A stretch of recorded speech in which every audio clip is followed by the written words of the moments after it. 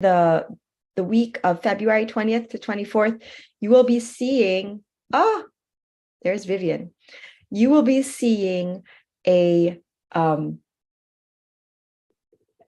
challenge that you could do live at home and see how you could do it on your own. So follow along. The week of February 20th to 24th, echo again. You will be seeing, there's Vivian.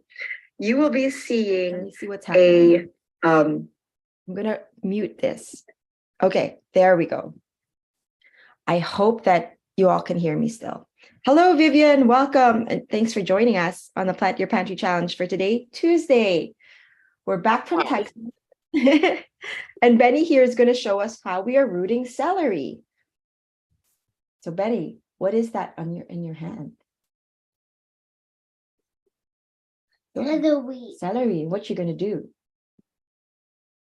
You just put it in the pot that way. I don't even use sticks because I'm using a parfait cup with which is tapered at the end, and that just sort of holds it up the top. So you just put it directly in water and you don't have to put it in soil? Yes. Okay. Yeah, I just put it directly in water first because we're going to go outside and show you what happens after. So the nice thing about this cup is that you can actually see roots develop here. And that's when I will transfer it outside, is when I see the roots developing. I'll see, because what will first happen is a lot of greens will shoot up like this. Here, a lot of greens have shot up, but in some cases, like in this case, where I just neglected it, the greens shot up, I forgot about it, it wallowed in its water, probably anaerobic bacteria, and it's rotten in the bottom. So that's a wrong way to do it, to just leave it alone. I think it takes about a week or two for the roots sort of to get stimulated by being in water. But immediately, almost the next day, you're going to see the leafy green growth. And that'll fool you into thinking, oh, I can put it into the ground right away. But leave it in there for just a few more days longer to let the roots. No, in this case, I think this is ready because it's a big enough basil plate. And there's very few roots, really. You don't see them. Sometimes actually, now that I'm thinking about it, I actually have a celery one that I did, and you're right, I put it in water first, and then I transplanted it into a pot. So it's on the windowsill in the kitchen, which I took a picture this morning of my garden and stuff like that, and I took a picture of it, so I'll share that at some point on. Yes, in the community for sure, Vivian. Yeah. I would love to see that. So these two, we're going to bring them outside and plant them. Now, celery is not the only thing you can root. Basically, I've done this with Tokyo Bacana. I've done this. This is a purple cabbage. And I just bought this from the store, and so now I rooted it. Its only root right now is this little stump there, but it's growing these leaves. So when the leaves grow from the cabbage, that's more, for me, that's like a bigger indicator than when the celery leaves out, because the celery just is so ready to leaf out. It always leaves out. So now I'm going to show you how we put it in the ground. We'll take this. You want to hold it for me, Ben? Yes. I would imagine the parfait glass is better because you can see just by looking at the container what its status is. Yes, that's why I like them. Mm-hmm. What? We'll go over here. And I'll show you over there. It is sunny, yeah. Here, baby. Benny Boo, over here. We're gonna put it here. So here is some of the celery. Okay. And this one's leafing out really nicely. I can tell that it's getting stronger now. The celery that grows above ground, it's not white, it's not light colored. It's going to be green and stocky. The more you hill it, the more you blanch it, the more it'll become like the store-bought celery. So this one, if I wanted to, I'm still waiting for, I could probably do this under the hoops and transplant these now. And you can see the cabbage that I did that two before. Now it has like several. It's coming all back. These are store-bought ones. I think that's a store-bought one. But when I didn't wait for the celery to root, then it rots. See, and if I get too excited or Mhm. I want to clear the countertops of lots of plastic cups so it doesn't look all messy, and I'll put it in here, then I'll have some hit or misses and I'll lose some in the process because it's sometimes hard to tell how long I've taken in there for, stuck them in there for. But I think pretty much this one. So Betty, do you want to pull that out of the water? And we'll just dig a place here.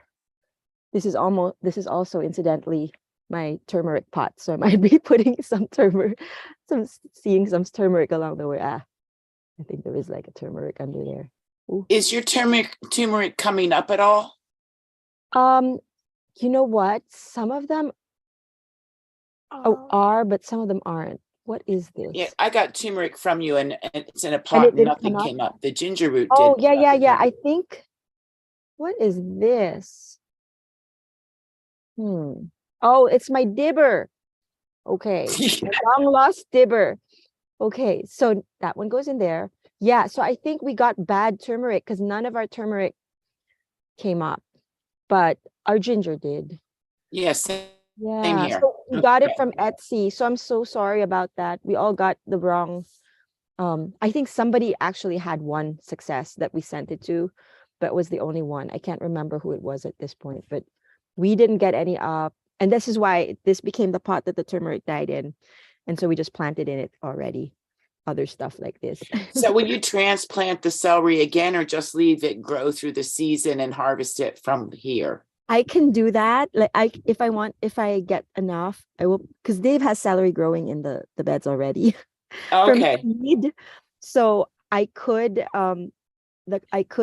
put these out there if I wanted to, but I think I'll keep these here as my spring garden that's close by. My spring garden that's close by, and then if I get more than I need from the store, then I will because it's easy, like as the months roll by and these things grow, then I start just getting and I don't have celery in the fridge anymore.